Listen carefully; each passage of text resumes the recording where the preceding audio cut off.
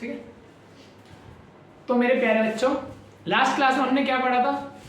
सूक्ष्म जीवों का औषधि उपयोग। उम्मीद है कि आपको वहां तक सब कुछ आ गया हो। अगर ना हो तो मुझे कमेंट में बताना, मैं दोबारा वीडियो बना के आपको समझाने की पूरी कोशिश करूंगा। तो आज का हमारा टॉपिक है वैक्सीन। वैक्सीन यानी टीका। बचपन में आप सभी ने सुना होगा कि जो बच्चे हैं उनके इस साइड या इस साइड, जो आपकी ये है शोल्डर के थोड़े नीचे हाथों में, आपको क्या लगाई जाती है? टीका लगाया जाता है। ठीक है, जरूरी नहीं है कि टीका आपको इंजेक्शन द्वारा भी लगाए। क्या इसका उदाहरण एक है कि आप पोलियो की दवाई सबने पी होगी, क्योंकि पूरे विश्व में पोलियो का मिशन चला था, तो सभी घरों में और खास करके भारत में तो हर घर घर में जाके पोलियो की दवाई पिलाई गई है। और अभी भी आंगनवाड़ी वाले जो लोग होते हैं वो क्या करते हैं, जो एक डब्बा लेते हैं और घर घर जाके पूछते हैं अगर छोटा बच्चा है तो पोलियो की जो दवाई पिलाते हैं बकायदा मुंह से। ठीक है, तो जरूरी नहीं है कि जो वैक्सीन है वो आपको क्या हो, इंजेक्शन की फॉर्म में हो, आपको दवाई के रूप में या ड्रॉप के रूप में भी दिया जा सकता है। ठीक है, तो आज हमारा का जो वैक्सीन, ठीक है, वैक्सीन क्या, आपको जब आपका शरीर स्वस्थ होता है तब आपको वैक्सीन दी जाती है। और हमने पढ़ा था जो एंटीबायोटिक्स थी आपको कब दी जाती थी? जब आप बीमार होते थे तब। तो आपको क्या वैक्सीन कब दी जाती है? जब आपका शरीर एकदम स्वस्थ हो। और आपकी और कैसे दी जाती है कि इंजेक्शन के द्वारा, चाहे आपको ड्रॉप के द्वारा आपको दी जाएगी। और उसमें होता है क्या है कि जो मरे हुए या तो फिर एकदम कमजोर सूक्ष्मजीव आपको आपकी बॉडी में इंसर्ट कराए जाते हैं, यानी आपके बॉडी के अंदर भेजे जाते हैं। और जब आपकी बॉडी के अंदर वो डाले जाते हैं तो आपकी बॉडी प्रतिरक्षी उत्पन्न करती है। और प्रतिरक्षी क्या होती है? जो उन वैक्सीन से लड़ने वाली जो आपकी एंटीबॉडीज है उसे हम प्रतिरक्षी बोलते हैं। यानी वो भी क्या, माइक्रो ऑर्गेनिज्म, वो लड़ाई करते हैं अपोजिट किसके? जो हमारे हार्मफुल ऑर्गेनिज्म। और हमारी बॉडी के अंदर एक ऐसी खास बात होती है कि अगर किसी भी प्रकार का कोई माइक्रो ऑर्गेनिज्म कभी भी हमारे शरीर के अंदर आया हो तो वो उससे लड़ने के तरीके को याद करके रखती है। जब हमारे अंदर वैक्सीन डाली जाती है हमारी बॉडी के अंदर तो उससे हमारी बॉडी उससे लड़ती है। और जैसे अगर इन फ्यूचर वो जो हमारा वो ओरिजिनल वायरस या कोई भी ओरिजिनल बीमारी हमारे शरीर के अंदर आती है तो हमारी बॉडी रिमेम्बर करती है कि हाँ वो हमारे शरीर के अंदर ऐसे आया था और हमने उसे ऐसे मारा, सेम उसी तरीके से दोबारा उसको मारती है। जैसे कोरोना के टाइम पे आपको वैक्सीन लगाई गई थी, वो इसीलिए लगाई गई आपको वैक्सीन, अगर कोरोना हो जाए तो आपकी बॉडी उतनी एंटीबॉडीज रिलीज करके उसे हरा सके।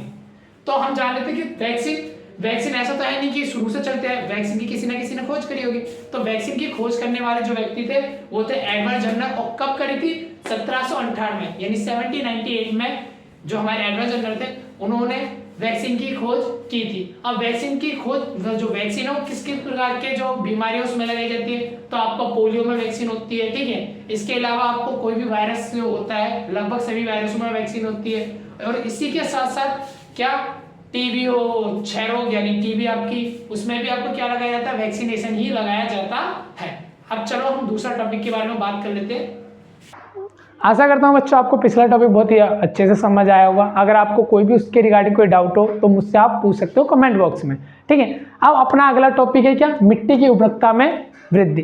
ठीक है, यानी सूक्ष्म जीव हमारे अन्य जगह तो काम आ ही आ रहे हैं, साथ ही साथ अब क्या हमारी मिट्टी में भी काम आते हैं। यानी क्या, अब माइक्रो ऑर्गेनिज्म हमारी मिट्टी के लिए भी जरूरी है। अब कैसे है? ठीक है, तो हम इसको जान लेते हैं। क्या, जो हमारी जो मिट्टी है, ठीक है, उस मिट्टी में क्या कभी कभार हम पेड़ पौधे उगाते हैं। ठीक है, अब पेड़ पौधे उगाए तो उसमें फल फ्रूट किसी में अच्छे आते हैं, किसी में खराब आते हैं। तो इसमें क्या आपको इस जो ये आपकी जो मिट्टी है उसके अंदर नाइट्रोजन की कमी पड़ जाती है। तो कुछ हरे नीले शैवाल और जीवाणु, ये दो सूक्ष्म जीव ऐसे हैं जो कि क्या करते हैं, जो वायुमंडलीय नाइट्रोजन को मिट्टी में मिलाते हैं। और मिट्टी में जब नाइट्रोजन मिल जाता है तो हमारे पेड़ पौधे इसे बहुत ईजिली अब्जॉर्ब कर लेते हैं, जिसकी वजह से क्या इन जो प्लांट्स हैं यानी हमारे पेड़ पौधे हैं, ठीक है, इसको क्या करेंगे, वो अपने अंदर एब्जॉर्ब करके हमें जो अच्छी मात्रा में फल फ्रूट देते हैं।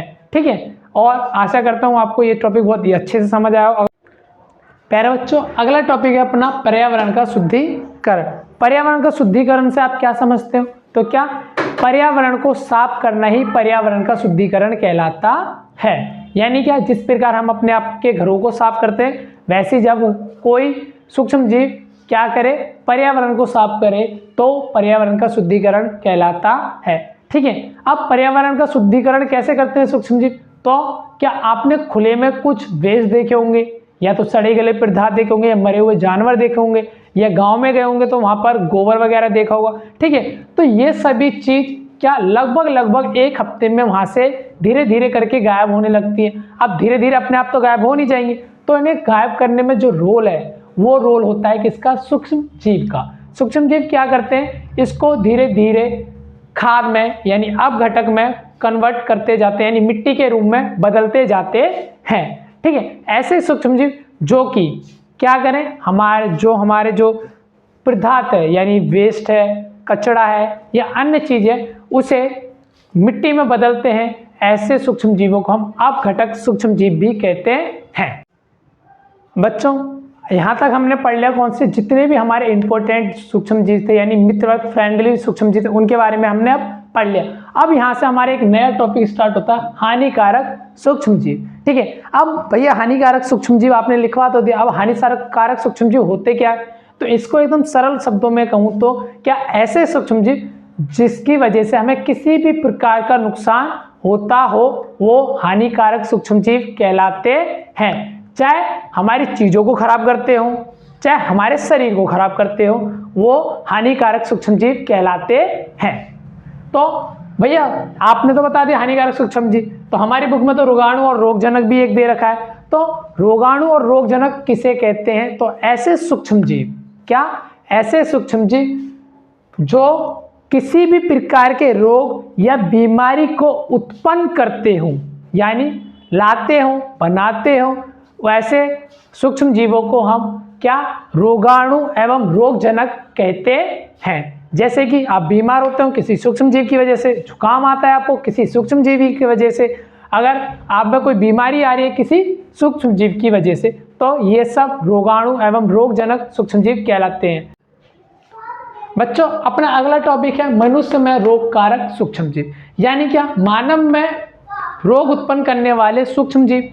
ठीक है, मानव में उत्पन्न करने वाले रोग सूक्ष्म जीव उन्हें रोग कारक सूक्ष्म जीव कहते हैं। ठीक है, अब होता क्या है कि जो रोग हैं वो एक व्यक्ति से दूसरे व्यक्ति में फैलते हैं या एक व्यक्ति का सामान इस्तेमाल करने की वजह से दूसरे व्यक्ति में फैलते हैं। तो क्या ऐसे प्रकार के जो सूक्ष्म जो बीमारियां होती हैं उन्हें हम बोलते हैं संचरणीय रोग यानी कम्युनिकेबल डिसीज। अब कम्युनिकेबल डिसीज की डेफिनेशन यानी परिभाषा क्या होती है तो आप उसे समझ लीजिए। ठीक है, सूक्ष्म जीव द्वारा होने वाले ऐसे रोग जो एक संक्रमित व्यक्ति यानी क्या एक इन्फेक्टेड व्यक्ति है यानी बीमार व्यक्ति है से स्वस्थ व्यक्ति यानी एक हेल्दी व्यक्ति में वायु यानी हवा, जल एवं भोजन या किसी भी प्रकार के संपर्क में आने की वजह से होता है। जैसे कि हैजा, सर्दी जुकाम। सर्दी जुकाम वाला व्यक्ति क्या होता है, हमारे पास आया, उसने एकदम छींका, जो उसके सूक्ष्म जीव थे उसके नाक से या मुंह से होकर क्या हवा में फैल गए और हवा में फैलने के बाद किस पे आ गए, हमारे पास आ गए। ठीक है, और इसके अलावा आपको एक उदाहरण क्या जो जस्ट अभी ठीक है थोड़े टाइम पहले आया था, कोरोना। कोरोना में क्या था, एक संक्रमित व्यक्ति है। ठीक है, उसने क्या करा, जो कोरोना वाला व्यक्ति है उसने क्या या तो खांसा या छींका और या फिर किसी के साथ बैठ के खाना खा लिया। अब जब खाना खा लिया तो हमने किसी भी प्रकार इनमें से जैसे वायु, जल, भोजन या संपर्क, किसी भी एक प्रकार का संपर्क उसके साथ किया जिसकी वजह से क्या उसके कोरोना वायरस के यानी विषाणु के जो कुछ सूक्ष्म जीव है हमारी बॉडी के अंदर आ जाते हैं और जिसकी वजह से क्या हम इन्फेक्टेड हो जाते हैं। ऐसे जो भी रोग होते हैं यानी बीमारियां होती हैं उन्हें हम बोलते हैं संचरणीय रोग यानी कम्युनिकेबल डिसीज। आशा करता हूं आपको बहुत अच्छे से ये समझ आया होगा। अगला टॉपिक हमारा बच्चों, अगला जो टॉपिक था उसी का एक पार्ट है क्या, रोग वाहक। ठीक है, अब रोग वाहक क्या है, ठीक है, रोग वाहक जो रोग है यानी वो सूक्ष्म जीव है, एक जगह से दूसरी जगह अपने आप पैदल पैदल तो चल के जाएंगे नहीं, तो वो जाएंगे कैसे, कुछ ऐसे कीट यानी कुछ ऐसे इंसेक्ट एवं कुछ ऐसे एनिमल्स होते हैं यानी जंतु होते हैं, यानी कुछ ऐसे कीट एवं जंतु जो कि क्या करें, रोग कारक सूक्ष्म जीवों को एक जगह से दूसरी जगह ले जाने का कार्य करते हैं, वो रोग वाहक कहलाते हैं। जैसे कि क्या आपने अपने घर में मक्खी देखी है, सबसे बड़ी कोई अगर रोग वाहक है तो सबसे बड़ा रोग वाहक कौन सी है, हमारी घरेलू मक्खी है। वो क्या करती है कि गंदगी में बैठेगी, वहां से क्या कुछ ऐसे सूक्ष्म जीव हमारे भोजन के ऊपर स्थानांतरित कर देगी, जिसे खाने की वजह से ना चाहते हुए भी हम बीमार पड़ ही जाएंगे। और जब हम बीमार पड़ जाएंगे तो फिर थोड़े दिनों के लिए हॉस्पिटल।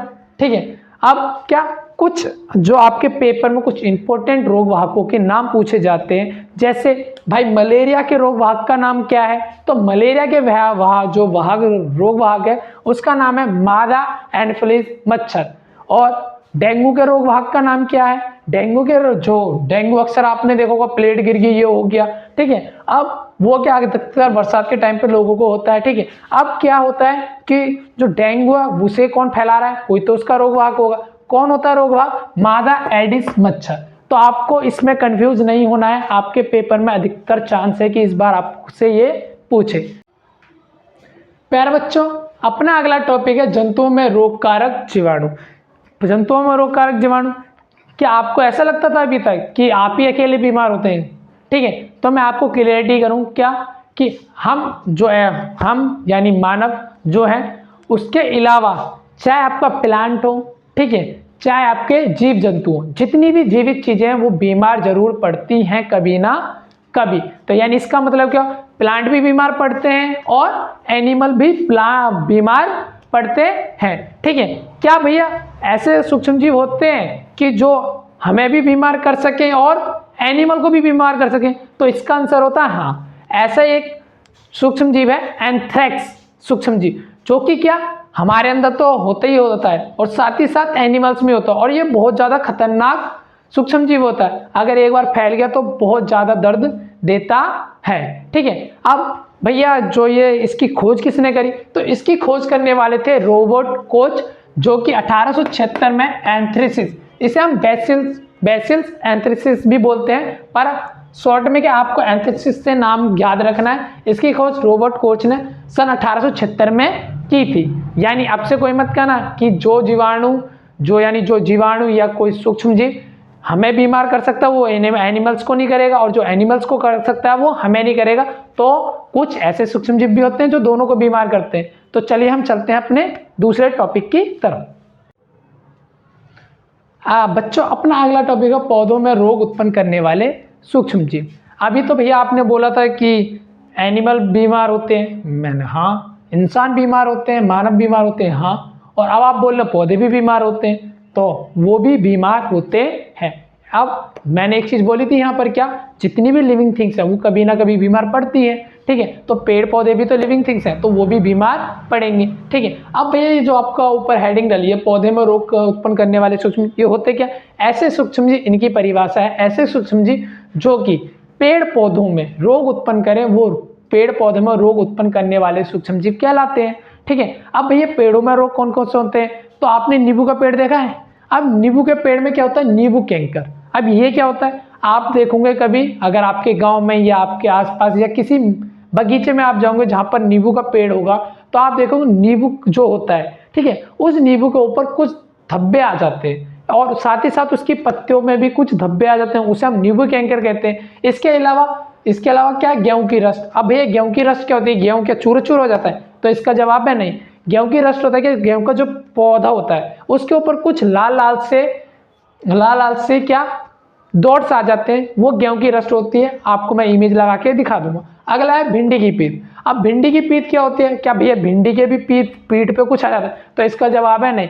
भिंडी के जो पत्ते होते हैं उस पत्ते के नीचे या उस पत्ते के ऊपर क्या कुछ धारियां और कुछ बैंगनी कलर के जो कीट है वो मतलब पैदा हो जाते हैं, जिसकी वजह से उस पत्ते पे कुछ धारीदार आ जाता है, उसे हम बोलते हैं भिंडी की पीत। आइए हम अपना अगला टॉपिक के बारे में बात करते हैं, चलिए।